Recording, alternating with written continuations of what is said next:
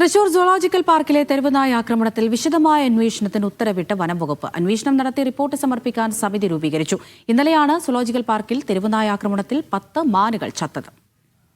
സനിസ ശോഭാചന്ദ്രൻ വിവരങ്ങൾ നൽകും. സനിസ, സംസ്ഥാനത്ത് തെരുവുനായ ആക്രമണം വീണ്ടും റിപ്പോർട്ട് ചെയ്യപ്പെടുകയാണ്. ഇപ്പോൾ തൃശൂർ സൂളോജിക്കൽ പാർക്കിലെ സംഭവത്തിൽ എന്ത് നടപടിയിലേക്കാണ് വനംവകുപ്പ് കടന്നിരിക്കുന്നത്? അമൃത, തൃശൂർ സുവോളജിക്കൽ പാർക്കിൽ തെരുവുനായ ആക്രമണത്തിൽ 10 പുള്ളിമാനുകൾ ചത്തതിൽ ഇത് ഗുരുതരമായ പ്രശ്നമാണ്. അതിൽ വിശദമായ ഒരു അന്വേഷണം നടത്തി റിപ്പോർട്ട് നൽകാനാണ് ഇപ്പോൾ വനം വകുപ്പിന്റെ തീരുമാനം. വനം മന്ത്രി അത്തരത്തിലൊരു നിർദ്ദേശമാണ് വനം വകുപ്പിന് നൽകിയിട്ടുള്ളത്. ഇതിൽ വിശദമായ അന്വേഷണം നടത്തി റിപ്പോർട്ട് നൽകാനാണ് ഒരു സമിതിയെ രൂപീകരിച്ചിട്ടുണ്ട്. Chief wild life warden Shri Pramod G കൃഷ്ണന്റെ നേതൃത്വത്തിലായിരിക്കും ഈ ഒരു സമിതി അന്വേഷണം നടത്തുക.